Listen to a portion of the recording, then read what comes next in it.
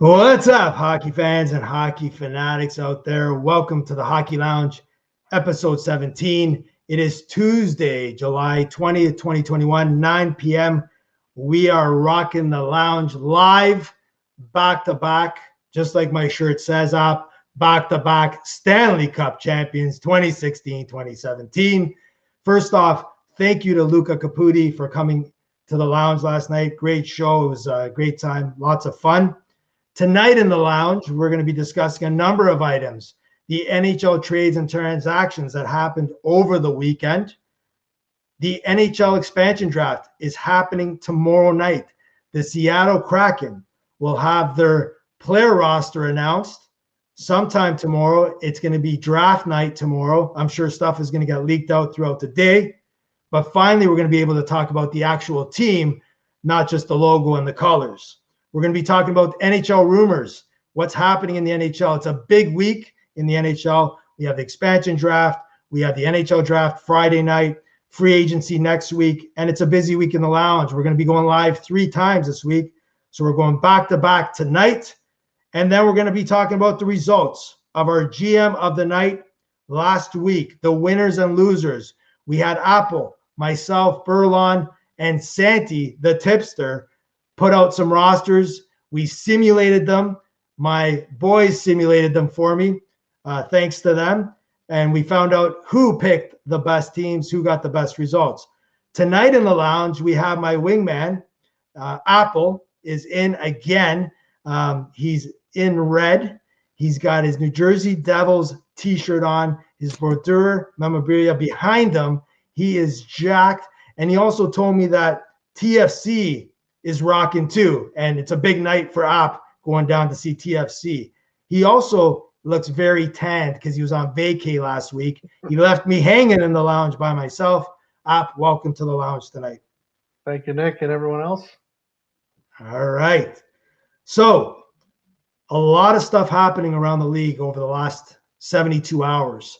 A lot of transactions, teams trying to, I guess, get rid of some players prior to the expansion draft, so they are able to make some room and protect some players and don't want to lose some players. So there was a couple interesting trades that happened.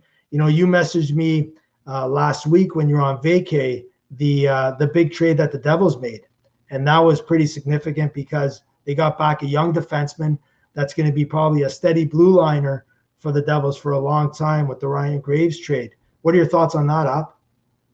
Well, I think that was a phenomenal trade by Fitzgerald. Just out of the blue, I think you're right. He's a young, steady defenseman. I guess Colorado wanted to make sure they didn't lose any of the other defensemen, so they got some assets back for him. But I mean, I think for the Devils, that was a fantastic move. It gives them a top 4 guy that eats solid minutes in every situation. I think he's going to be a real big leader on that team. And he got traded for Mikhail Maltsev, 21st second round draft pick in the in this year's draft or last year's draft, I believe. But the year before he played last year. Last year was his rookie year. Okay. He scored 6 or 7 goals if I remember off the top of my head.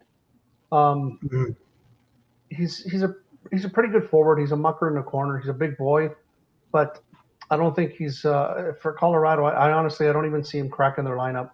I think he's going to be playing with the AHL team there because it took him a while to crack the Devils lineup. And if you compare the talent level on both teams, there's no way. I think that he cracks the Colorado lineup. And they also made a move on Thursday, July 15th, too, as well. The Devils with locking up Michael McLeod to an extended 2-year contract. He's another player that is an upcoming hockey player, good speed, good size, can finish.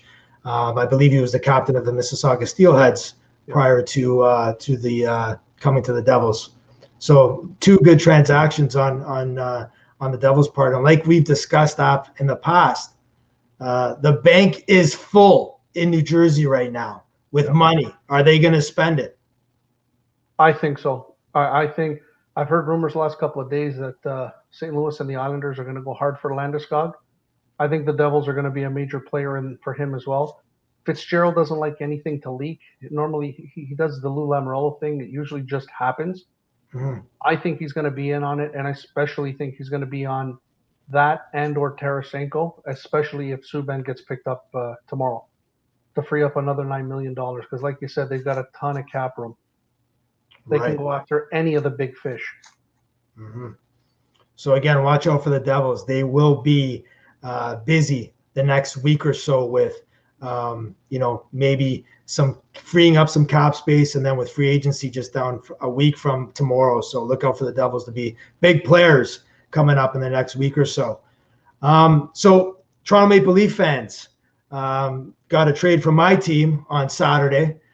Jared McCann was traded from Pittsburgh to the Toronto Maple Leafs for Philip Hallander and 23rd, 7th round draft pick. So it's an interesting move by the Penguins. I think they knew that they were going to lose McCann to the Kraken tomorrow night, and they want to get some return for him. The interesting thing about that is they got the player that they actually traded Kapanen for last year.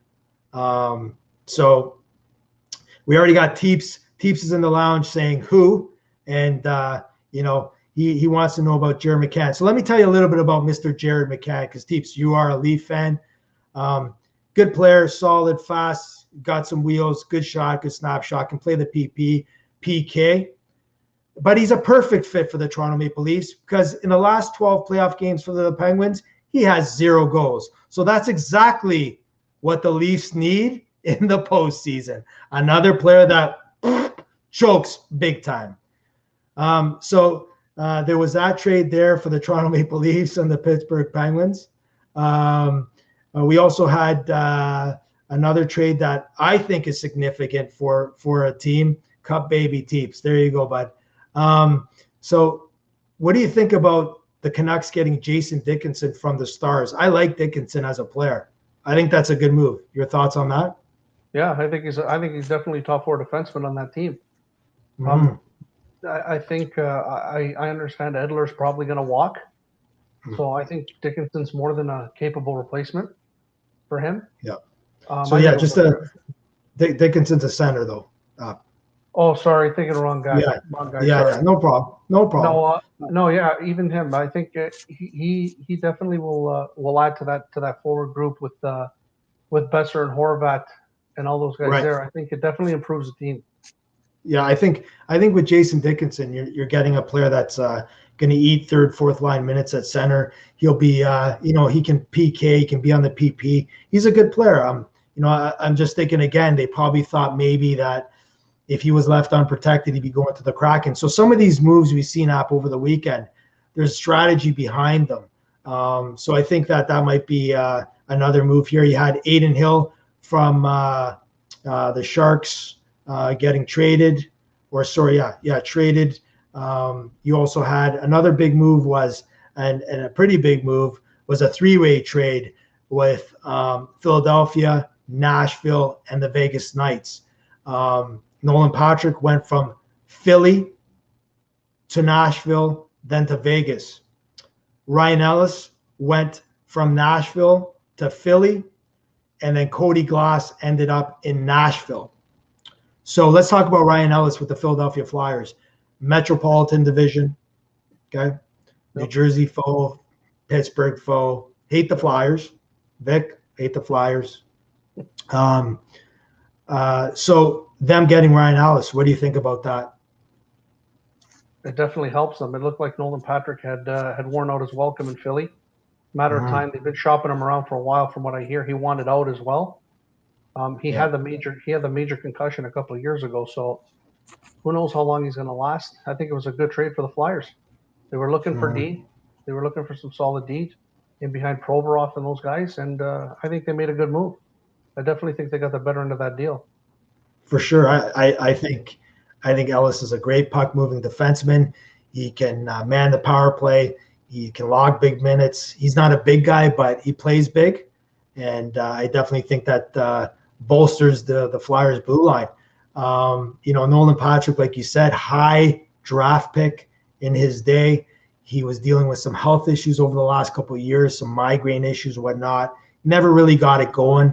Big guy. Maybe a move to Vegas might help his career. Different style of play, different organization, different coaching, right? So, you're breaking up a little bit here tonight. Your internet, no problem. But again, different landscape here. And then we have Cody Glass going to the Nashville Predators, another player that was drafted pretty high by the Knights, right? Yep. So I see Glass just being a role player. Yeah, I think that's the best. I don't see him making a big impact on the Predators at all. For sure. And then we have another deal that was made by Dallas with a signing of an 8-year extension to Heiskanen. Again, stud defenseman, locking him up for 8 years. So I think a solid move by the Dallas Stars. Agreed. So pretty busy weekend for transactions, but I definitely think these transactions were due to the fact that the NHL expansion draft for the Seattle Kraken is happening tomorrow night. App, you had mentioned before we got on. So what's the process tomorrow in terms Nick, of the list? I didn't want to interrupt you. Sorry, Nick, but I want to go back to the trades. Do you have the Islanders trade there? Because that one for me was just, did they not trade Anders Lee and 3 draft picks for nothing in return? I think that was a trade that just happened for them to free up. They made. I'll get back to it. I'll search it up, but I'm almost positive the Islanders traded Anders Lee and 3 draft picks. I believe it was to Arizona for nothing. Sorry, not Anders Lee, Andrew Ladd. Okay. Yes. Yeah. Andrew, so I couldn't understand that at all. There's 4 players basically 4 assets got traded for nothing, no return. Yeah. So that trade there, you're looking at Andrew Ladd got traded to the Phoenix Coyotes for 21st, 23rd, 22nd, 3rd, and a 23rd third round pick. I think that was to alleviate the money that they were still paying Ladd. They did make a move as well. They traded for Richard Panik, from the Red Wings for Nick Leddy.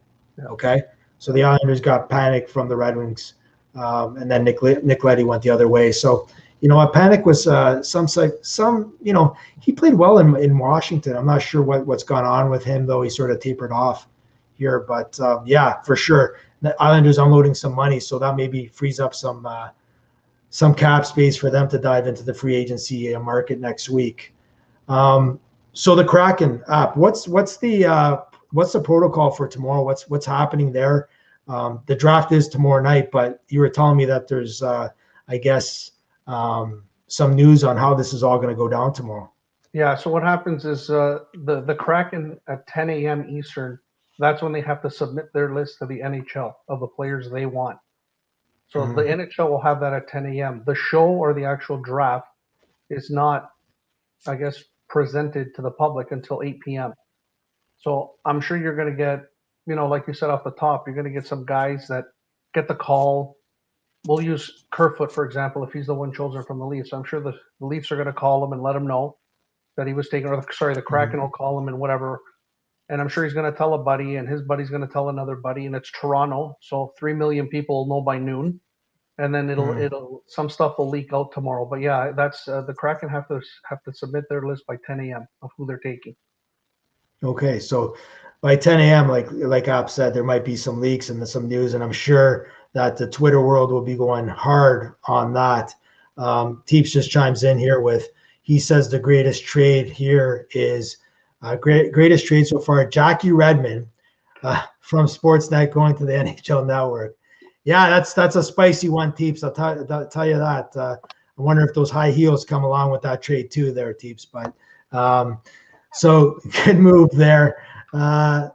So looking at the Kraken and looking at what they're available to take, and I'm telling you, there's some big fish out there.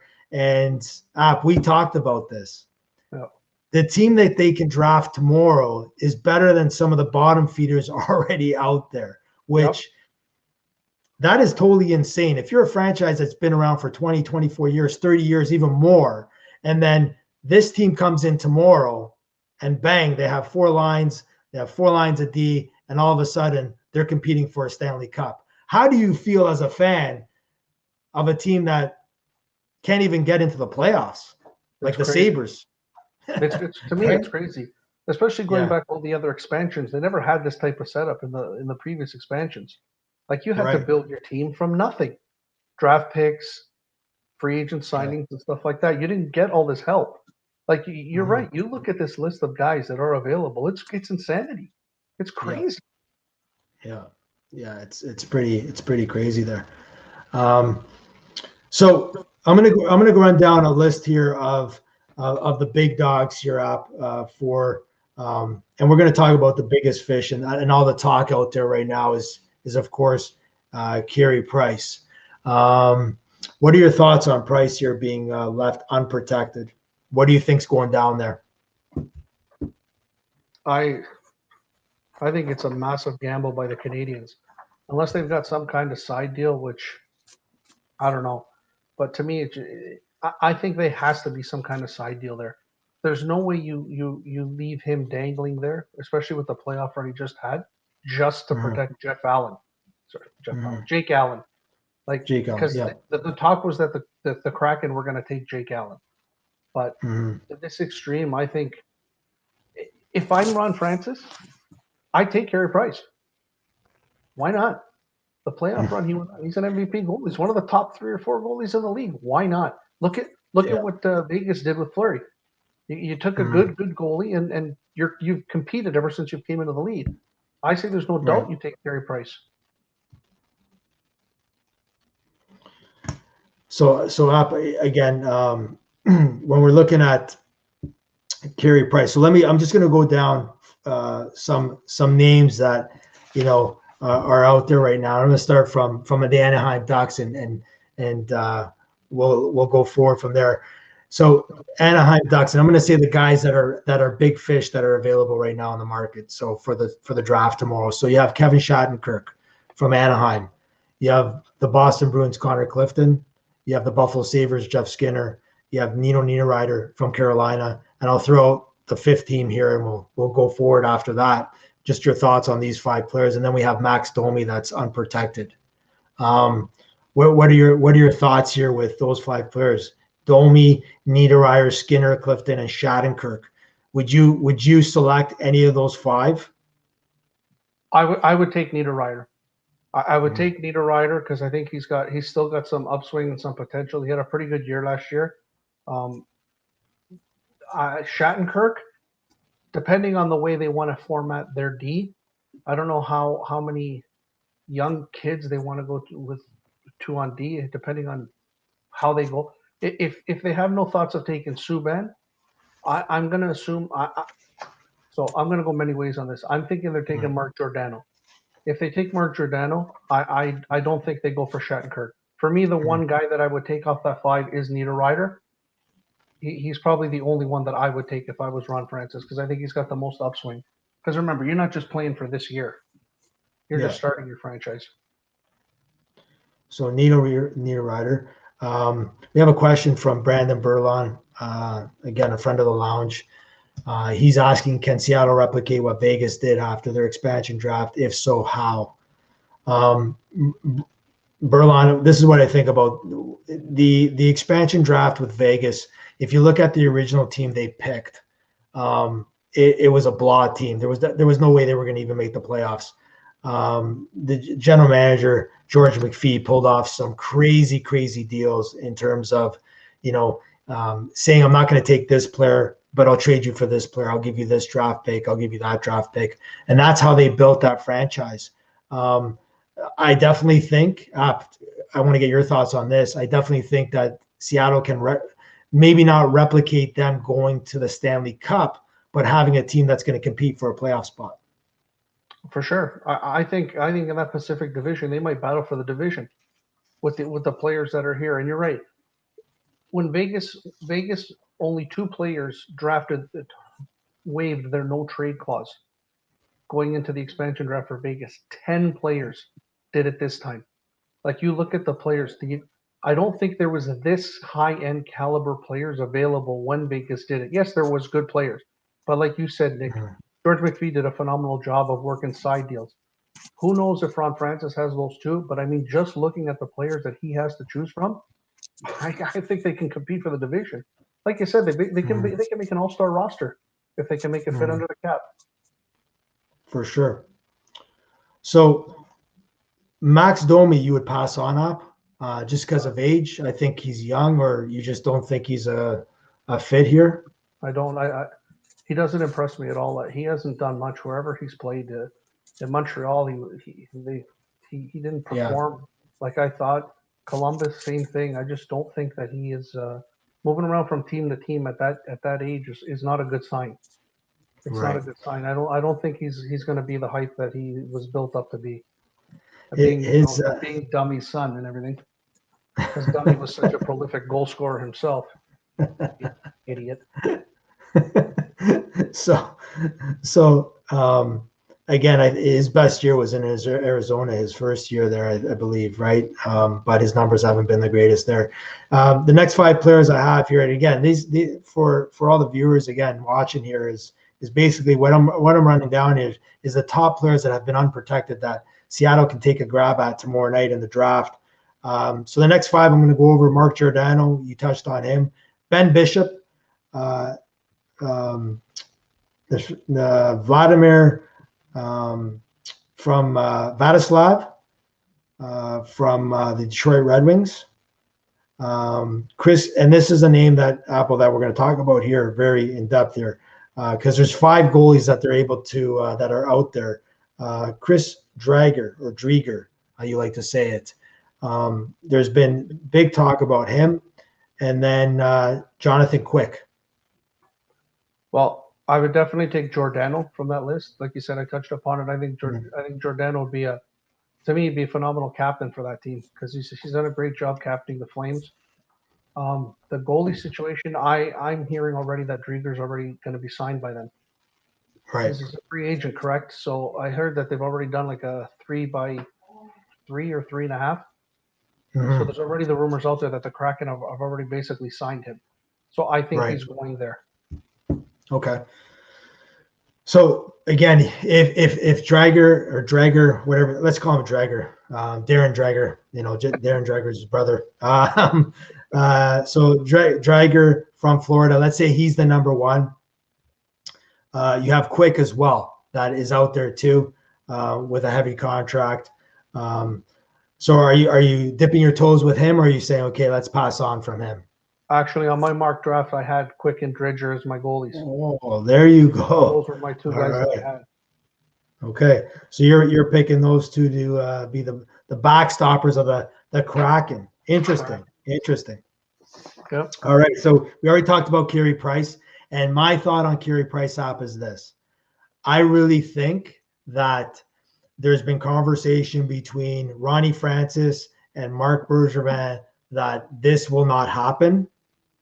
My thoughts are that Drouin from the Montreal Canadiens will get traded to the Seattle Kraken. And they've already had an agreement on something there that, Price will not be touched. And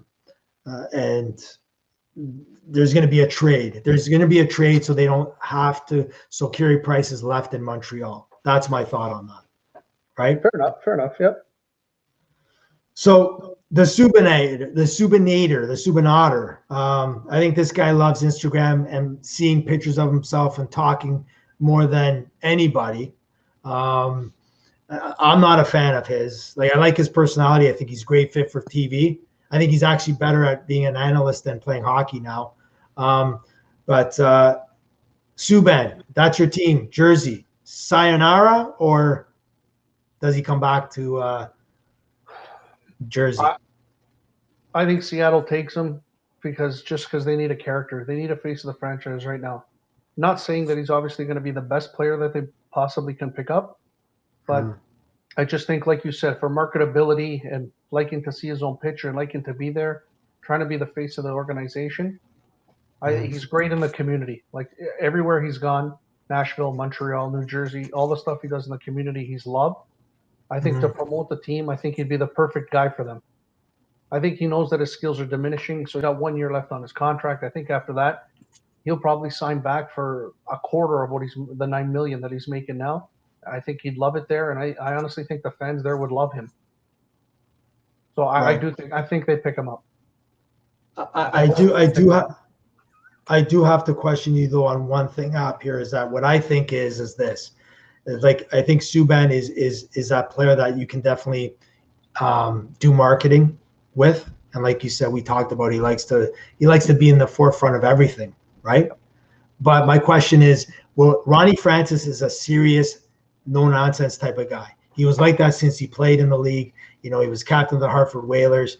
He was the alternate captain for the Pittsburgh Penguins. He actually wore the C when Mario was out injured, and normally nobody ever wore the C when Mario was out. He's a no-nonsense guy. Yep. PK seems to be that type of guy that, he brings a lot of, fun and, that type of atmosphere in the room. But is he going to be the type of guy to like market that team? Because it's almost like a gong show, the way he promotes himself. Like, is that something that Seattle's going to say, okay, you know what? He's going to be our guy we want to market? I don't know. I don't see Ronnie going. I don't see Francis going that way. I don't know. I think he might come back to Jersey. I'm not sure, man. That's a lot of. That's what does he make up? $9 million. 9. Yeah. I'm looking at it from the point of view of the Kraken. If they want, like, there's not a lot of characters there. So you know what I'm going to get you to do? I'm going to get you to exit the lounge, come back on, because you're cutting in and out. It's really bad reception tonight. I think his cat Momo has eaten the internet line on us, and we're having some issues, technical issues with App tonight. So I'm going to get him to just knock out of the lounge for a second here, and he'll be right back. Okay. All right. So we're going over the expansion draft for the Seattle Kraken. We have Teeps here that says Price wants out of the garbage pit, and he wants to win. I get he wants to win, but will Seattle be the team for Price to win? I think he still has to go to a legitimate contender to get that name on his cup there. Christopher Tipu is in the lounge tonight. Christopher, hey, buddy, how's it going? Nice to have you on and watching. I see you have, for your logo, you have the Lightning, the cup. Fantastic. Welcome to the lounge, buddy. All right, let's get Apple back here. Okay, so we got Apple's back. Again, if anybody didn't see App's cat, Momo is the name. Momo was circling behind him last week, and I'm thinking she got to the internet line there and made a little bit of a mess here, because I'm sort of going in and out today. He's making funny faces at me, but that's fine. I'm used to my wingman making funny faces to me when I didn't pass him the ball. But all right. So again, just to let you know, we got a young guy watching us tonight. Christopher Tipu is watching us for the first time in the lounge. He says, hi, Coach Nis. Yes. And so awesome to have you watching us here. We also have the next 5 names. We have Nashville Predators, Ryan Johansson, Matt Duchene. We have the New York Islanders, Josh Bailey, Jordan Everly. And we also have the 2-time back-to-back Stanley Cup champion goalie from the Ottawa Senators, Matt Murray. That's another one. This guy's a sieve. I'm telling you, he can even make an A team out there or an AE team. Sieve. Won 2 cups. Come on. Doesn't matter. You know what? Listen, I think he should, again, I don't even think he could play A division at the Sports Village. I think Mas Babouche is better than Matt Murray. Okay. All right. So again, out of those 5 names there's some interesting ones. I like a couple of them. I like the Josh Bailey. I think he's a good hockey player. What are your thoughts on those 4 names? Johansson, Duchesne, Bailey, Everly, and Matt Murray. Murray, I wouldn't touch. I agree with you 100%. Josh Bailey for sure. I think he's a hell of a hockey player. I think Josh Bailey would do very well there.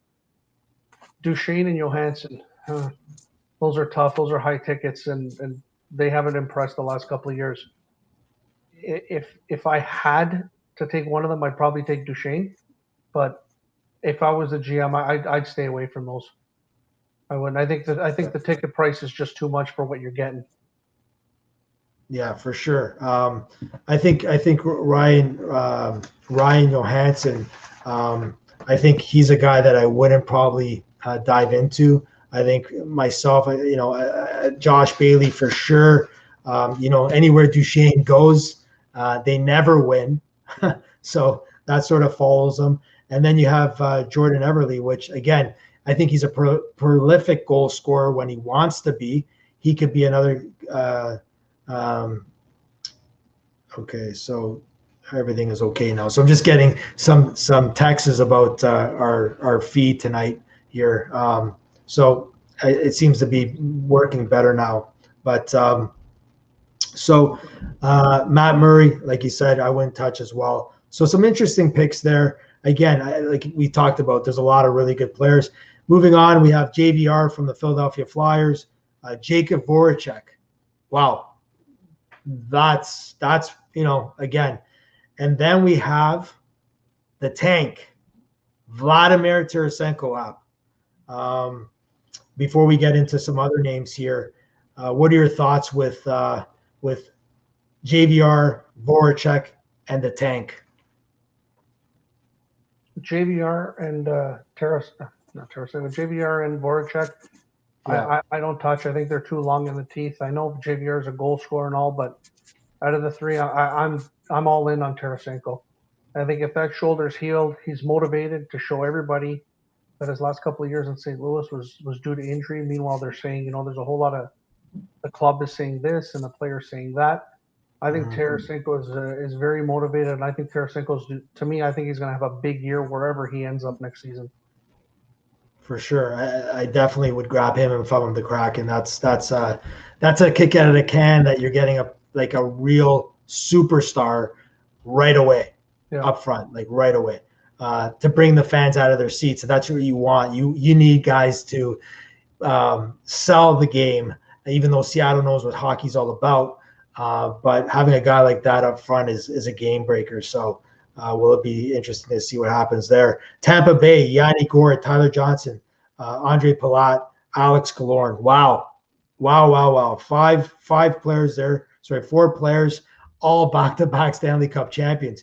Let me throw this at you. And again, I know you're on vacay there, but I don't know if you heard the rumors about Gaudreau from the Lightning going to the Rangers and the payday that this guy's going to get. Yeah.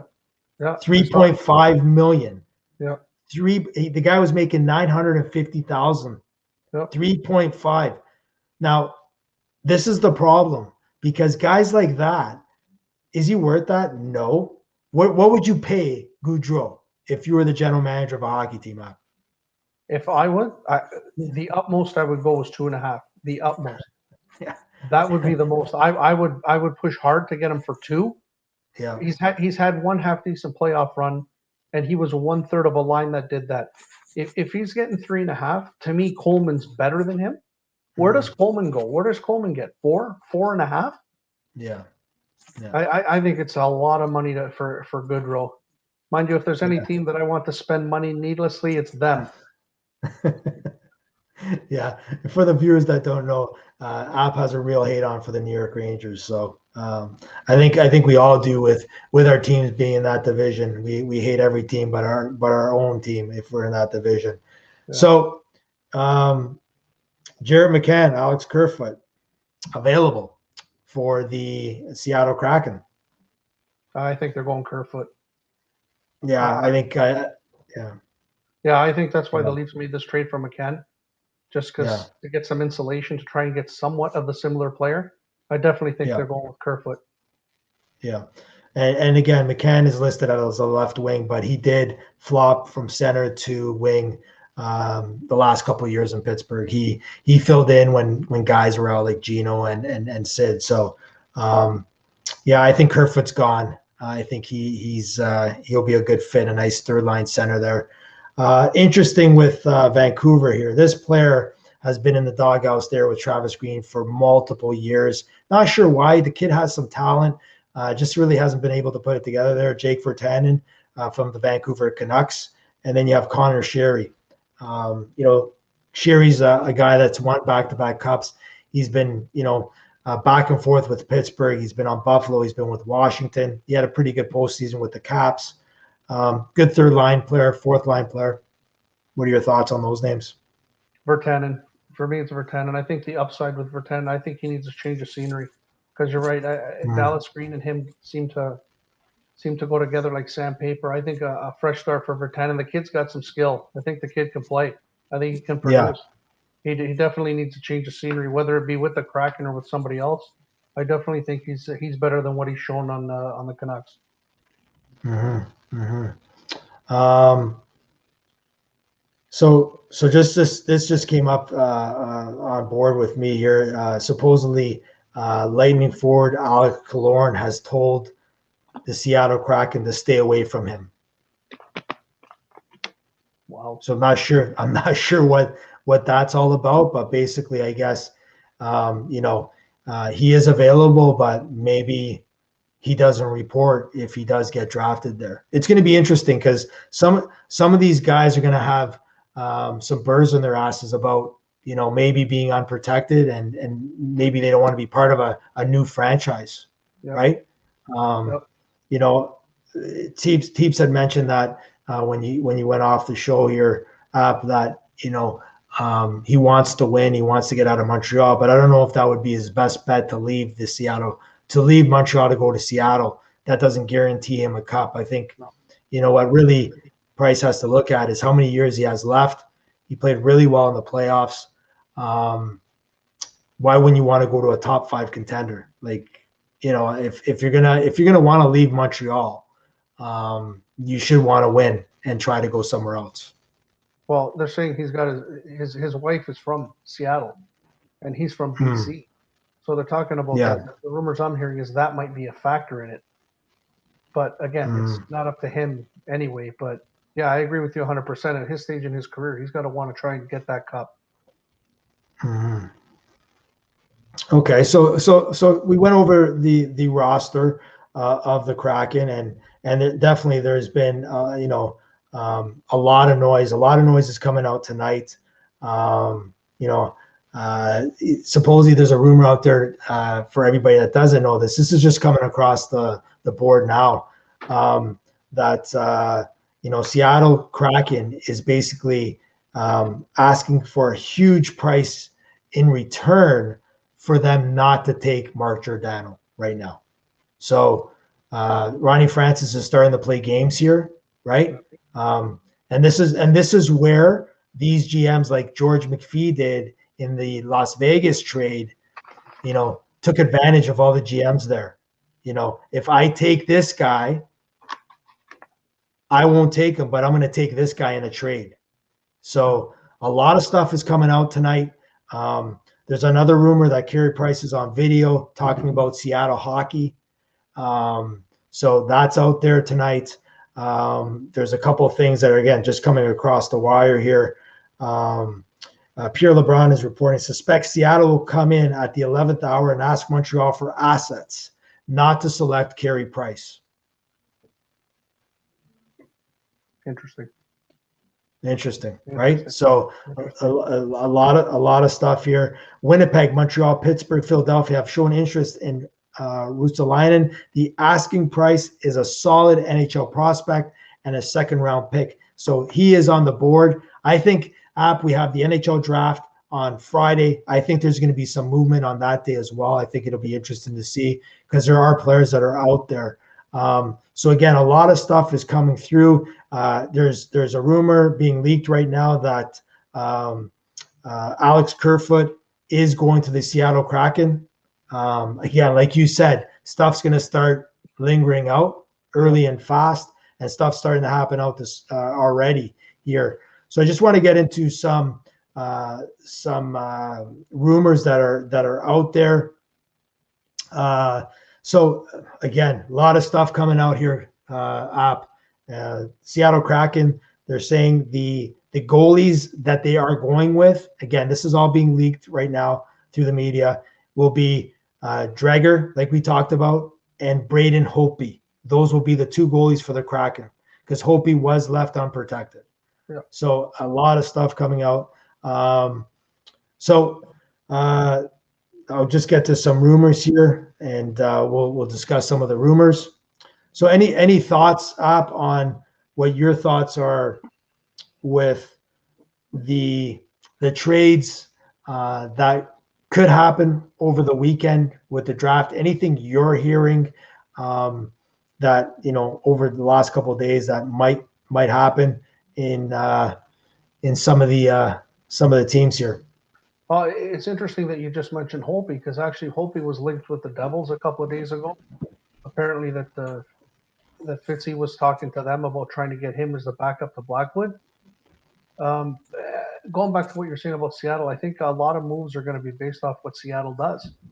Like we can think the trade rumors all we want that's going to happen on the weekend, but I think Ron Francis is playing this right. He doesn't give a shit about any of the other teams. He's going to wait till the 11th hour and call up the GMs and say, "Look, I'm taking this guy. What are you going to give me instead?" And the opposing GM, say it be Montreal, he says, "I'm going to take Price. I want assets."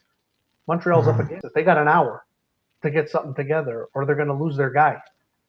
And it's like Ron Francis is playing the game. He's playing the game like the way he should be playing it. He's going to hold everybody for ransom. Right, for sure. So like, there's going to be a lot of movement, Nick. There's, like you said, Ristolainen's out there. There's still Eichel that we have to talk about. There's until some of the free agents even start signing, we don't know what's going to happen. Like Taylor Hall, where does Taylor Hall land? Whoever signs him might be out of the running for, say, a Jack Eichel or another big ticket forward. It's just these next couple of weeks, I think, are just going to be crazy. Guys are going to be switching teams left, right, and center. Yeah, and you also have I'm just going to shoot out some stuff that's breaking here as well. It just came through that again. Sources are saying Max Domi will not be selected by the Seattle Kraken. That's been leaked out. Here's some NHL rumors, some stuff that's been out the last 24 hours here, and even last 12 hours. So the Blue Jackets are gauging the market on Patrik Laine. The Kings, the Flames, the Ducks, the Canadians, and the Flyers could have interest. So what are your thoughts on Laine? Like, again, young guy, amazing goal scorer, right? But we all know his work ethic sucks. He's playing video games 24/7. What are your thoughts on that with Laine? Yeah. Even though he's a proven goal scorer, I don't think you touch him. If you're a contending team, I just think that there's too much baggage there. Like you said, with the video games and his work ethic, and he had such the promise his first year in Winnipeg when he had all those goals and this, that, and then to already be traded. And then now again, there's rumors of his name after what? Not even a year in Columbus. That it's too. For me, I think it's a big red light when a guy's moving from team to team and he's still a young guy. I just think that there's a reason for that. We're obviously not in the dressing room, so we don't know exactly what happens. But if Kekalainen's ready to get rid of him already that quick after the trade for him, I don't think it's a good sign. I don't touch him. Right. Yeah. I think. Go ahead, up. Sorry for cutting you off. You got to have, Nick. You've seen it in all the Stanley Cup playoffs. The team with character is the team that's going to win. You need character guys. You need guys that'll go to the wall for you. And I don't think that Laine's that type of guy to go to the wall for you. And I agree with you there, Op. I think, again, the guy has great talent, great skill, natural skill. I don't think he has the work ethic in the off season. I don't think he has the fortitude and the attitude to be better. I think he's happy with what he is, and I think that wherever he goes, unless he finally realizes and looks at himself in the mirror and says, "I have to change," things will change. Connor Garland is expected to be traded. Now, he's an interesting player. I know a lot of people because we're East Coast here, and a lot of people like to watch the Leafs or whatnot, and just concentrate on the East teams here. I'm a guy that watches a lot of hockey every night when hockey is on, and I do watch the Arizona Coyotes because I was a big fan of Rick Tocchet coaching that team. Connor Garland is an exceptional hockey player, small in stature, but man, can he move? He has puck possession.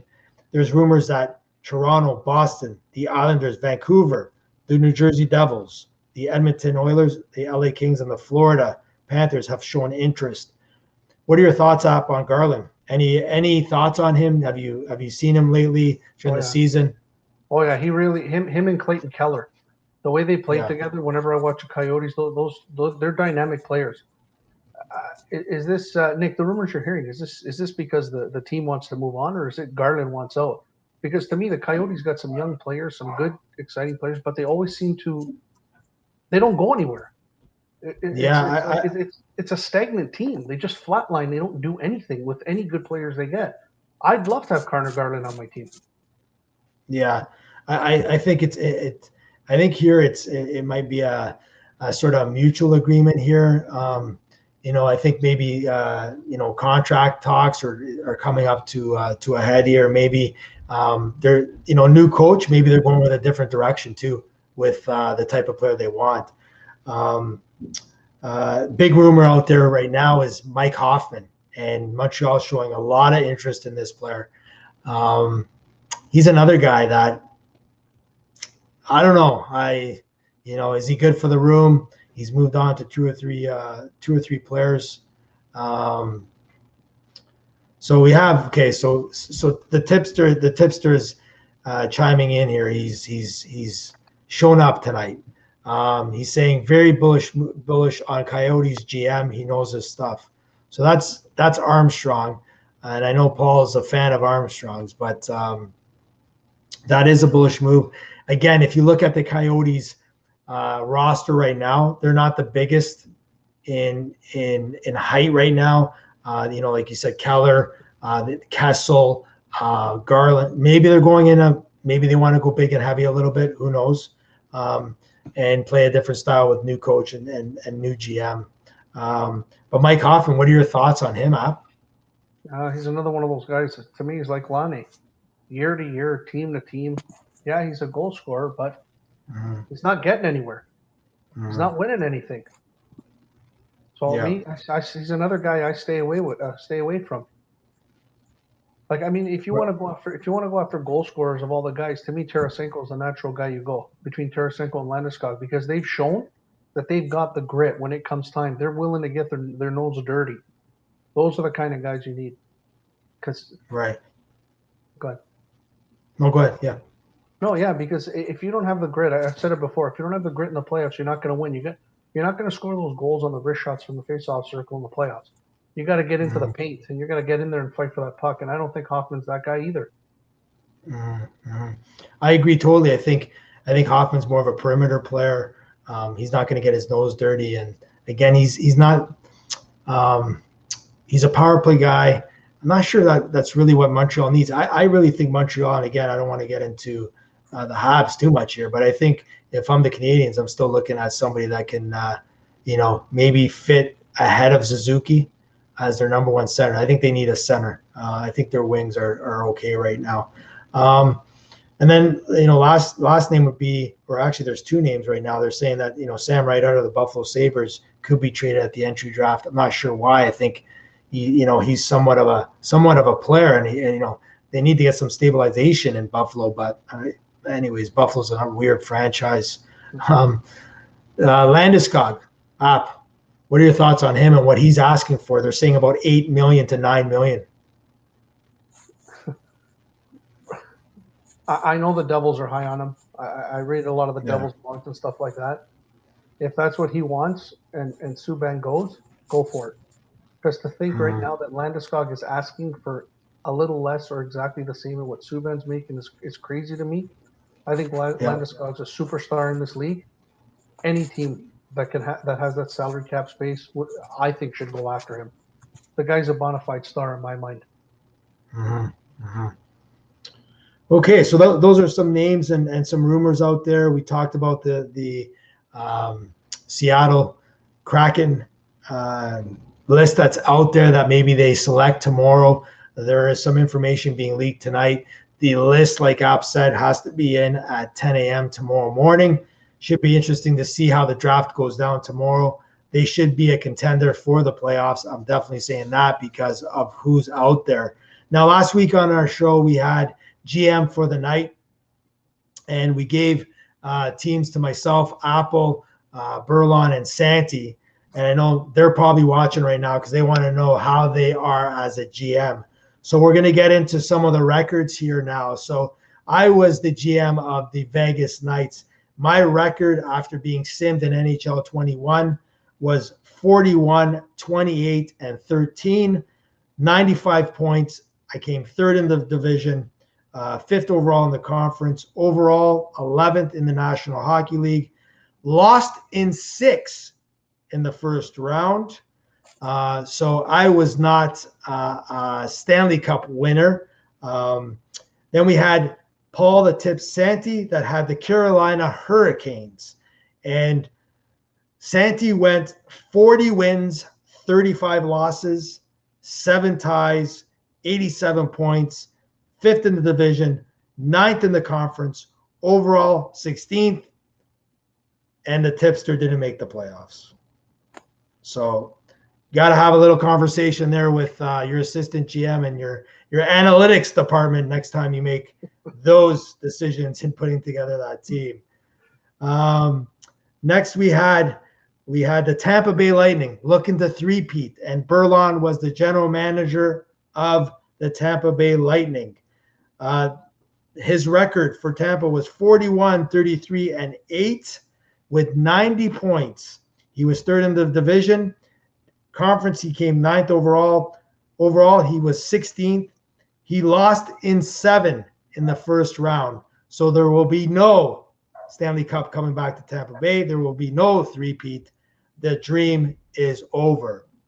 Then we had Apple, Colorado GM. He went an outstanding 51 and 25 and 6, 108 points. First in the division, first in the conference, first overall. He won the President's Trophy. He won the first round in 5, but got knocked out in 7 in the second round. So he does have the President's Trophy banner in his house, representing the Colorado Avalanche. Way to go out with that one. So we had fun with that. Then we asked all the guys on the podcast to be the Leafs GM. And as App calls him, Doofus. Who can replace Kyle Doofus for being the Leafs general manager? We had Santi with a huge record being the Leafs GM at 51, 22, and 9, 111 points, second in the division, second in the conference, second overall. In the playoffs, he won in 7 the first round, but lost in 5. He is out. So good overall record.